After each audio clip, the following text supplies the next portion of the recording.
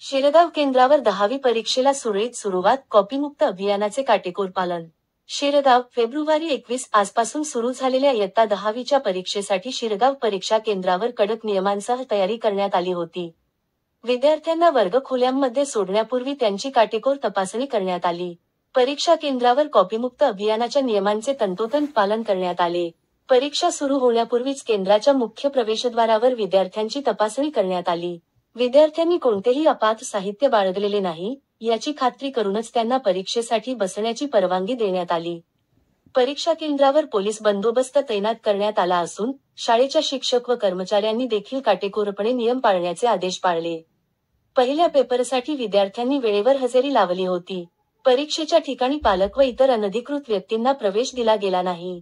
विद्यार्थ्यांमध्ये आत्मविश्वासाचे वातावरण दिसून आले आणि पहिला पेपर सुरळीत पार पडला. शिरगाव केंद्रावर संपूर्ण परीक्षेच्या कालावधीत अशीच शिस्तबद्ध प्रक्रिया राबवण्यात येणार असल्याचे परीक्षा अधिकाऱ्यांनी सांगितले. लोकसेवा न्यूज 24 तास.